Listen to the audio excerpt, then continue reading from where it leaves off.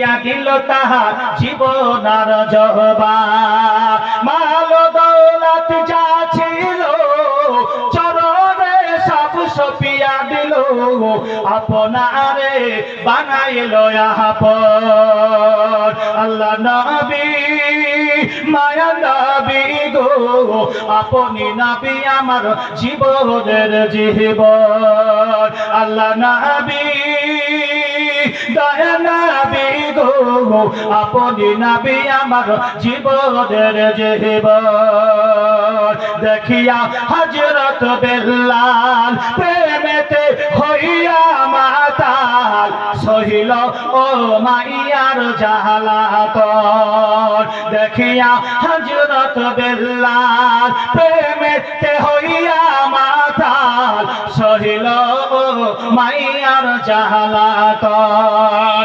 রহমাতাল লিল আলামিন আপনি উম্মতের জামি গুনাহগার মাঝের আপনজন আমার নবী মায়া নবী গো আপনি নবী আমার জীবনের জীবন মুসলমান একবার ভাবি দেখি আমার রাসূলুল্লাহ সাল্লাল্লাহু আলাইহি ওয়াসাল্লাম তো তাসলিমাকে বিয়ে করার জন্য আম্মা জান খাদিজাতুল কুবরা রাদিয়াল্লাহু তাআলা আনহা বললেন আমি সমস্ত শর্ত মানতে আমি রাজি আছি আমার যত মাল সম্পদ রয়েছে আমার যত টাকা পয়সা রয়েছে আমি সবগুলিকে প্রিয় নবী মুহাম্মদুর রাসূলুল্লাহ সাল্লাল্লাহু আলাইহি ওয়াসাল্লাম চরণে নিয়ে গিয়ে আমি শপথ করে দেব তিনি সবগুলিকে আল্লাহর রাস্তায় দান করে দেবেন আমার কোনো আপত্তি নাই আমি আমার মুহাম্মদ সাল্লাল্লাহু আলাইহি ওয়াসাল্লামকে আমি বিয়ে করতে চাই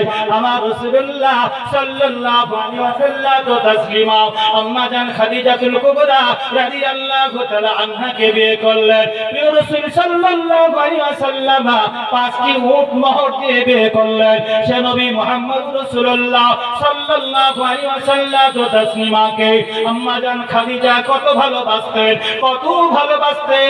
আমার রাসূলুল্লাহ মসজিদে নববীতে এই যে হাজী সাহেব কত বছর হজ করে এসেছেন তিনি একজন যোগ্য আলিম যোগ্য ব্যক্তি একজন আমার সদ্যীয় বাবুজি পাশে আমার বসে রয়েছেন হজ করে এসেছেন আমার রাসূলুল্লাহ সাল্লাল্লাহু আলাইহি ওয়াসাল্লাম তো তাসলিমা মসজিদে নববীতে আম্মা জান আয়েশার ঘরে আমার রাসূলুল্লাহ আরাম করছেন একদিন সেই সময়কালের ঘটনা প্রিয় রাসূল সাল্লাল্লাহু আলাইহি ওয়াসাল্লাম মসজিদে নববী অর্থাৎ আম্মা জান আয়েশার ঘরে নামাজ আদায়তে আম্মা জান খাদিজার কথা উঠেছে নবীজির চোখ দিয়ে টস টস করে পানি ঝরছে আম্মা জান আয়েশা রাসূলুল্লাহ সাল্লাল্লাহু আলাইহি ওয়াসাল্লাম তো তাসলিমাকে লক্ষ্য করে বলে ইয়া রাসূলুল্লাহ নবী গো আপনি নবী আজকে দিনও আপনি ওই খাদিজাতুল কুবরা রাদিয়াল্লাহু তাআলা আনহার কথা মনে করে আজকে দিনও আপনি নবী এমন করে কেন কান্না করেন আপনি কি আজকে দিনও খাদিজাকে বলতে পারেননি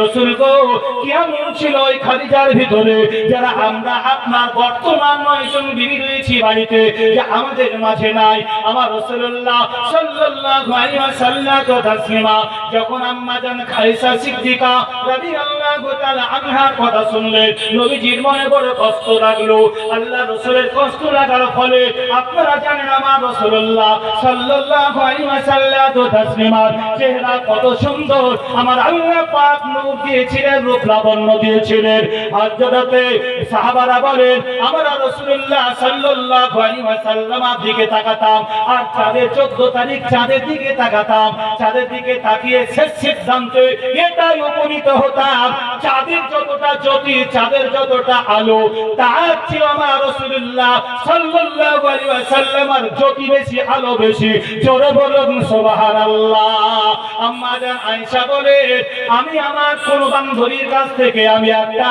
সূচ নিয়ে এসেছিলাম কোন ছিঁড়া জায়গা ফাটা জায়গা সেলাই করার জন্য আমি যখন ঘরের ভিতরে প্রবেশ করি আমার রাসূলুল্লাহ সাল্লাল্লাহু আলাইহি ওয়াসাল্লাম তখনও প্রবেশ করেনি ওই ঘরটা অন্ধকার থাকার ফলে আমি সূচের ভিতরে ধারা করতে পারিনি আমি ছিঁড়া জায়গা সেলাই করতে পারিনি তারপরে যখন আমার রাসূলুল্লাহ সাল্লাল্লাহু আলাইহি ওয়াসাল্লাম তো তাসলিমা ঘরের ভিতরে প্রবেশ করলেন ঘরের ভিতরে প্রবেশ করার কারণে আমার রাসূলুল্লাহর আলোতে, আমার রাসূলুল্লাহর জ্যোতিতে, আমার রাসূলুল্লাহ নূরানী চেহারার ফলে আমি আয়েশা খুদের ভিতরে ঢাকা পড়ে দিয়েছি, আমার কোনো অসুবিধা হয়নি। সে নবী মুহাম্মদুর রাসূলুল্লাহ সাল্লাল্লাহু আলাইহি ওয়াসাল্লাম তাসলিমার দিকে তাকালাম, আমি লক্ষ্য করে দেখলাম আমার প্রিয় রাসূলের চেহারার পরিবর্তন ঘটে গেছে, ম্লান হয়ে গেছে। আমি বুঝতে পেরে গেছি আমার রাসূলুল্লাহ সাল্লাল্লাহু আলাইহি ওয়াসাল্লাম বড় কষ্ট পেয়ে গেছেন আমার কথা শুনে। তারপরে আমার নবীজি বললেন, আয়েশা শোনো, শোনো, তোমাকে কিছু কথা শোনায়। আয়েশা তুমি শোনো, আমার খাদিজার কথা তুমি বললে, ও আয়েশা তোমরা হচ্ছে আজকের আমার সুখের দিনের বিবি, আমার খাদিজাতুল কুবরা রাদিয়াল্লাহু তাআলা আনহা এত কষ্ট সহ্য করেছে। আয়েশা, আয়েশা আমি নবী যখন নবুয়তি পাই, নবুয়তি পাওয়ার পরে আমি কাকে নবুয়তি প্রকাশ করব, আমি দাওয়া করব, কাকে গিয়ে বলবো? আয়েশা আমি সর্বপ্রথমে গিয়ে আমার জীবন সঙ্গিনীকে আমি দাওয়াত দিয়েছিলাম, ও খাদিজাতুল কুবরা কুলু লা ইলাহা ইল্লাল্লাহ মুহাম্মাদুর রাসূলুল্লাহ তুফলিহু। খাদিজাতুল কুবরা রাদিয়াল্লাহু তাআলা আনহা একবারের জন্য আমাকে প্রশ্ন করেনি, নবী গো আমি কেন কালেমা পড়ব, আপনার কালেমা কেন পড়ব? আপনারা জানেন নূহ আলাইহিস সালাম তিনিও নবী ছিলেন, তিনার বিবি কিন্তু কালেমা পড়ে মুমিনা হননি। হযরতে নূহ আলাইহিস সালাম, হযরতে লূত আলাইহিস সালাম তিনিও নবী ছিলেন, কিন্তু তিনার বিবিও কালেমা পড়ে মুমিনা হয়নি। ও আয়েশা আমার খাদিজার কথা তুমি শোনাবে। আয়েশা গো নবুয়তি যখন পেলাম তার পূর্বে তো মানুষের সঙ্গে চলাচল সব ঠিক ছিল, আমার নিজের চাচা আমাকে খুব ভালোবাসতো আবু লাহাব, এইভাবে করে আশেপাশের আত্মীয় স্বজনেরা সকলে আমাকে বড় সম্পর্ক রাখতো, আমার সঙ্গে সুসম্পর্ক, আলামিন বলে ডাকতো, আর সাদিক বলে জানতো, আমার কাছে আমানত রাখতো, তারা প্রচুর পরিমাণে আমানত রাখতো। তারপরে আমাকে সত্যবাদী বলে তারা আখ্যা দিয়েছিল ওই মানুষেরা। আয়েশা আমি যখন সকল মানুষগুলিকে, আমার নিজের আত্মীয় স্বজনকে আমি ডেকে এক জায়গায় একত্রিত করলাম, আর ডাকার পরে বললাম, ইয়া আইয়ুহান নাস কুলু লা ইলাহা ইল্লাল্লাহ তুফলিহু, হে মানুষেরা তোমরা কালেমা পড়ে নাও, লা ইলাহা ইল্লাল্লাহ মুহাম্মাদুর রাসূলুল্লাহ সাল্লাল্লাহু আলাইহি ওয়াসাল্লাম, তোমরা কামিয়াবি হয়ে যাবে। কিন্তু হলোটা কি? এটা বিরোধিতায় পরিণত হলো, তারা আমার বিরোধিতা করলো, এমন পর্যায়ে পৌঁছালো আমাকে মারার জন্য তারা ষড়যন্ত্র করতে শুরু করলো, এমন পর্যায়ে পৌঁছালো একটা পর্যায়ে আমাকে গৃহবন্দী করে দিল। আয়েশা একদিন নয় 3 বছর ধরে গৃহবন্দী করে রেখেছিল, কোন মানুষের সঙ্গে মিশতে দেবে না, এমনকি কোন মানুষের কাছে কোনো কেনাকাটাও করতে দেবে না। এই ছোট ছোট বাচ্চারা না খেয়ে তারা যখন কলবল করতে শুরু করলো, একটা পর্যায়ে যখন রাস্তা খুললো, আমি মুহাম্মদ সাল্লাল্লাহু আলাইহি ওয়াসাল্লাম খুব গোপন ভাবে নিজস্ব কিছু মানুষের কাছে আমি যেতাম, কালেমার দাওয়াত দিতে যেতাম। যেহেতু আমি নবী, আল্লাহ আমাকে নবুয়তি দিয়ে পাঠিয়েছে, আমার দায়িত্ব হচ্ছে মানুষের কাছে দ্বীনের দাওয়াত পৌঁছে দেওয়া। আমার রাসূলুল্লাহ সাল্লাল্লাহু আলাইহি ওয়াসাল্লাম তো তাসলিমা বলে, ওয়াকালা রাসূলুল্লাহ সাল্লাল্লাহু আলাইহি ওয়াসাল্লাম বাল্লিগু আন্নী ওয়ালাউ আয়া, পৌঁছে দাও আমার পক্ষ থেকে একটা ছোট যদি নিশানাও তুমি জানো, একটা ছোট হাদিসও জানো, যদি তুমি না পৌঁছাও, জানার পরেও যদি তুমি লোককে না বলো, তাহলে কিয়ামতের মাঠে তোমাকে কঠোর থেকে কঠোর ভাবে পাকড়াও করা হবে। ও মুসলমান, আলিমরা হচ্ছে দ্বীনের দায়ী, কেননা নবীজি বলেছে, ইন্নাল উলামা ওয়ারাসাতুল আমবিয়া, প্রত্যেকটা ওলামারা হচ্ছে আম্বিয়া নবীগণদের ওয়ারিস, লাম ইওয়ারিসু দিরারান ওয়ালা দিরহামান, এরা টাকা পয়সা জমি জায়গার এরা কেউ ওয়ারিস না। বুঝাসলো কি? আলিমদের টাকা পয়সা জমি জায়গা ওয়ারিস না, এরা ইলমে দ্বীনের ওয়ারিস, যা জানে তাদেরকে পৌঁছাতে হবে। আমার নবী বলছেন এটা আমার দায়িত্ব, আমি আলিমদেরকে দিয়েছি। ও মুসলমান, ফলে আপনাদের বলছি আজকের এই মাদ্রাসাতুল বানাতের পক্ষ থেকে জালসার দিনক্ষণ নির্ধারণ করা হয়েছে। আপনারা একত্রতার সঙ্গে মনোনিবেশ দিয়ে মহব্বতের কানে আশিকানে রাসূল সাল্লাল্লাহু আলাইহি ওয়াসাল্লাম ও তাসলিমাত পরিচয় দিয়ে বিভিন্ন গ্রাম থেকে আপনারা নিজের কাজকর্মগুলি আরামকে ত্যাগ রেখে আরাম করতেন সেটাও বেঁধে রেখে কোরআন হাদিসের মেহফিলে বসেছেন। আমার আল্লাহ সুবহানাহু ওয়া তাআলা দয়া করলে আজকের বসা উঠে শোনা সকলের জন্য নাজাতের ওসিলা বানাবেন। জোরে বলুন আল্লাহুম্মা আমিন। ও মুসলমান, আরো শুনে আলোচনা করে এগিয়ে দিয়ে যায় আম্মা জান খাদিজাতুল কুবরা রাদিয়াল্লাহু তাআলা আনহা সম্পর্কে প্রিয় নবী বলছেন, আয়েশা আমি যখন খুব সাবধান খুব গোপন ভাবে আমার নিজস্ব কিছু মানুষের কাছে দিনের দাওয়াত দিতাম, কালেমার দাওয়াত নিয়ে যেতাম, এই যাওয়াটা তারা যখন জানতে পেরে যেত, আমার চাচা আবু লাহাব, উতবা, সাইবা, আবু জাহেল এই সমস্ত মানুষেরা যখন সমাজের বড় বড় লিডারদের কাছে যখন পৌঁছে যেত, তারা তখন সমস্ত মানুষগুলিকে তারা ওই গভীর রাত্রিতে একত্রিত করে তারা কোন রাস্তা অবরোধ করে দিত। এই রাস্তা দিয়ে মুহাম্মদ আসলে সাল্লাল্লাহু আলাইহি সাল্লাম আসলে তোমরা তাকে এই রাস্তা দিয়ে আসলে তোমরা রোধ করবে এবং তাকে সঙ্গে তোমরা মারপিট করবে, তাকে মারবে। কোন রাস্তা গর্ত খনন করে দিত যে ওই রাস্তা দিয়ে আমি আসবো, আর আসার সঙ্গে খুব অসাবধানতার সঙ্গে আসার ফলে ওই গর্তে আমি পড়ে হতো অথবা নিহত হব। বিভিন্ন ভাবে তারা রাস্তাগুলিকে ব্লক করে দিত, বন্ধ করে দিত। আমি মুহাম্মদ সাল্লাল্লাহু আলাইহি সাল্লাম আমি যেহেতু আল্লাহর নবী, আল্লাহ পাক আমাকে বিভিন্ন ভাবে জানা দিতেন। আমি যখন জানতে পারতাম যে এই সমস্ত রাস্তাগুলি আমার জন্য আর নিরাপদ নয়, আমি বাড়ি থেকে আসতাম রাত্রি 12টা 1টা যখন বেজে যেত, রাত্রি 12টা 1টার সময় বাড়ি আসলে আমি বাড়িতে এসে খুব গোপন ভাবে এসে টুক করে যখন আওয়াজ দিতাম বাড়িতে, খাদিজা বলে ডাক দিতাম, আমার প্রিয়তমা পৌত্রী জীবন সঙ্গিনী আমার খাদিজা রাদিয়াল্লাহু তাআলা আনহা, সে সঙ্গে সঙ্গে দরজাটা খুলে দিত। আর দরজাটা খুলে দিয়ে আমাকে বুকের সঙ্গে জড়িয়ে ধরে দস্তক করে চোখ দিয়ে পানি ঝরাতো। আমি বলতাম, খাদিজা বলো কেন, কি হয়েছে তোমার, এতটা রাত্রি হয়ে গেছে এখনো বিছানায় তুমি ঘুমাওনি, আমি তোমাকে ডাকার সঙ্গে সঙ্গে পেয়ে গেছি, তোমাকে দরজাটা খুলে দিয়েছো, আবার তুমি চোখ দিয়ে পানি ঝরাচ্ছ, বলো কি হয়েছে তোমার। চোখের পানি ছেড়ে খাদিজা রাদিয়াল্লাহু তাআলা আনহা আমাকে বলতেন, রাসূল গো আপনি নবী, আপনাকে পেয়ে আমার জীবনের সব ফিরে পেয়েছি রাসূল।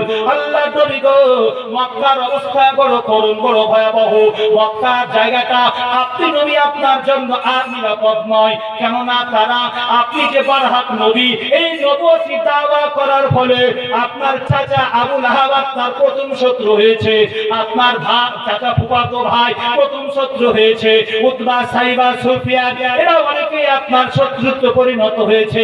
রাসূল গো আপনার দায়িত্ব আছে কালেমার দাওয়াত দেওয়া, আর দাওয়াত দিতে গিয়ে যে পর্যায়ে আপনি মানুষের সঙ্গে মেলামেশা করেন আর সেইভাবে করে তারা খোঁজ পেতে থাকে, গোপন সূত্রে খবর নিয়ে আপনাকে ধাওয়া করার জন্য, আপনাকে প্রাণে মারার জন্য তারা বিভিন্ন ভাবে রাস্তাগুলি অবরোধ করে দিয়েছে, ব্লক করে দিয়েছে।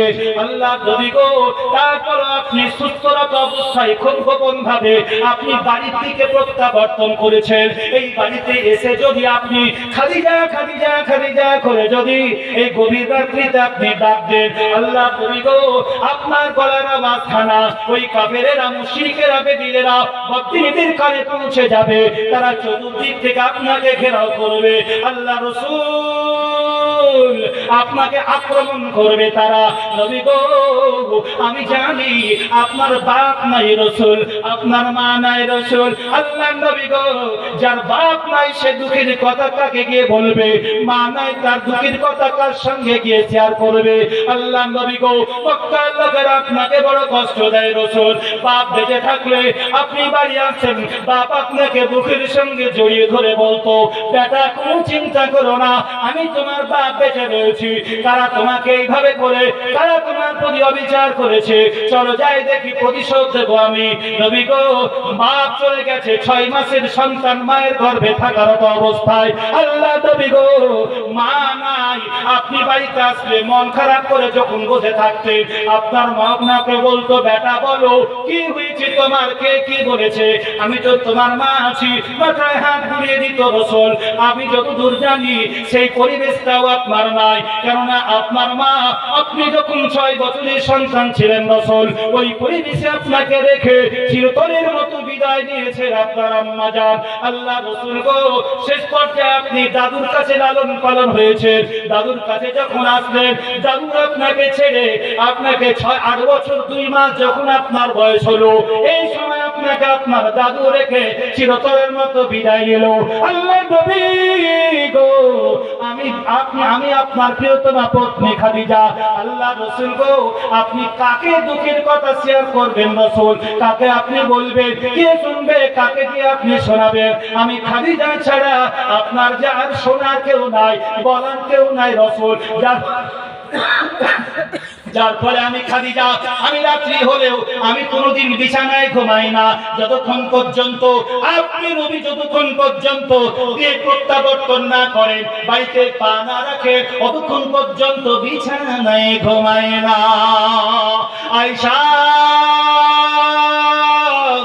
একবার ভাবো, ওই খাদিজাতুল কুবরা রাদিয়াল্লাহু তাআলা আনহা যখন অসুখে আক্রান্ত হলো, অসুখ সময় আমি খাদিজার কাছে গেলাম, আমার খাদিজা চোখের পানি ছেড়ে আমাকে দেখে কাঁদছে আর বলছে, রাসূলুল্লাহ, নবী গো, আমি আপনার প্রিয়তমা পত্নী, জীবন সঙ্গিনী, আমি আপনার খাদিজা, আল্লাহ রাসূল গো, দীর্ঘদিন আপনার সঙ্গে সংসার করেছি, আল্লাহ রাসূল এমন কোনোদিন হয়নি আপনার কাছে কোনো বিষয়, কোনো জিনিস চেয়ে আপনি নবী আপনাকে কষ্ট দিয়েছি, আমি খাদিজা আমার কোনোদিন মনে নাই, আমি আপনার কাছে কোনোদিন কোনো জিনিস চাইনি। আল্লাহ রাসূল গো, হতে পারে আমি আর কিছু দিনে, কিছু সময়ের মতো দুনিয়ার মাঝে অবস্থান করব, তারপরে হয়তো আমি শেষ নিঃশ্বাস ত্যাগ করে চিরতরের মতো বিদায় নিয়ে আমি আমার আল্লাহকে আড়ালে হয়ে যাব। আল্লাহ নবী গো, আমি আপনার কাছে আমার বিনীত নিবেদন রাসূল, আমি যাওয়ার পূর্বে আপনি যখন ইন্তিকাল করব, আল্লাহ রাসূল আপনি আমার কাফনের ব্যবস্থাপনা করবেন। বলে অবশ্যই। বলে কোন দোকানের কাফন কিনবেন রাসূল? নবীজি বললেন, বলো খাদিজা, কোন দোকানের তোমার কাফন চাই? আম্মা জান খাদিজাতুল কুবরা রাদিয়াল্লাহু তাআলা আনহা বলে, ইয়া রাসূলুল্লাহ, নবী গো, আমার দুনিয়াবি কোন দোকানের কাফন চাই না। আল্লাহ রাসূল, আমি জানি আপনি নবী একটা জুব্বা মুবারক পরিধান করতেন, যে জুব্বাটা দীর্ঘদিন ধরে পরেছিলেন রাসূল, যার ফলে জুব্বাটা পরে থাকার কারণে, দীর্ঘদিন ধরে পরে থাকার পরার কারণে ওই জুব্বাটা যখন বয়স হয়ে গিয়েছিল, জায়গা জায়গা ছিঁড়ে গিয়েছিল, ফেটে গিয়েছিল, ওই ছিঁড়া জায়গাগুলি আমি খাদিজা নিজ হাত দিয়ে সেলাই করে করে করে আমি জোড়া লাগিয়ে দিয়েছিলাম। তারপরে যখন আবারও ছিঁড়ে গিয়েছে রাসূল, ওই জোড়া লাগা জায়গা ধরে আবার জোড়া দিয়েছি, কিন্তু জোড়া লাগার জায়গা সিলাই থাকে না, সরে যায় রাসূল। আমি সেই জায়গায় অন্য জায়গার কাপড় কেটে ওই জায়গাটায় পট্টি দিয়ে দিয়েছি রাসূল। তারপরে আপনার পরার যোগ্য করে রেখেছি। শেষ পর্যায়ে এমন হয়েছে রাসূল, আপনি যখন সেটাকে আর পরেননি, আপনি রেখে দিয়েছেন। আমি খাদিজা, আমি সেই জুব্বা মুবারকটাকে নিজ হাত দিয়ে কেচে আমি ঘরের ভিতরে তুলে রেখেছি। আল্লাহ নবী গো, আমার কোন দুনিয়াবি কাফনের কোনো প্রয়োজন নাই, দুনিয়ার কোনো কাফনের দরকার নাই, কোন কাফন চাই না রাসূল। আমি চাই আপনি নবী মুহাম্মদুর রাসূলুল্লাহ সাল্লাল্লাহু আলাইহি ওয়াসাল্লাম, আপনার পরিহিত পোশাক, আপনি পরিধানকৃত পোশাক যেটা আপনি পরেছিলেন, সেই জুব্বা মুবারকটা, ওটা আমার শেষ যাত্রায়, আমার বিদায় কালে আপনি কাফন স্বরূপ সেই জুব্বাটা পরা দেবেন। জোরে বলুন সুবহানাল্লাহ। আমার রাসূলুল্লাহ সাল্লাল্লাহু আলাইহি ওয়াসাল্লাম তো তাসলিমা তাকে। তারপরে আম্মা জান খাদিজা বলেন, ইয়া রাসূলুল্লাহ, নবী গো, আপনি নবী, আপনার ভালো করে জানেন আমি খাদিজা যেদিন থেকে আপনার জীবন সঙ্গিনী হয়ে এসেছি, আপনার পত্নী হয়ে এসেছি, আপনার পাশে আমি এসেছি, আল্লাহর নবী গো, কোনদিন আমি আলাদা ভাবে ঘুমাই না। ইয়া রাসূলুল্লাহ, নবী গো, আমি যখন দুনিয়া ছেড়ে চলে যাব, আপনি আমাকে দাফনের ব্যবস্থা করবেন। নবী গো, আপনি নবী কথা দিয়ে আপনি আমার কবরের পাশ থেকে তত সময় পর্যন্ত আসবেন না, যতক্ষণ পর্যন্ত আপনি নবী আপনার কাছে খবর না হবে, আমার মাফির খবর না হবে, ততক্ষণ পর্যন্ত আপনি নবী আমার খবরও ছাড়বেন না।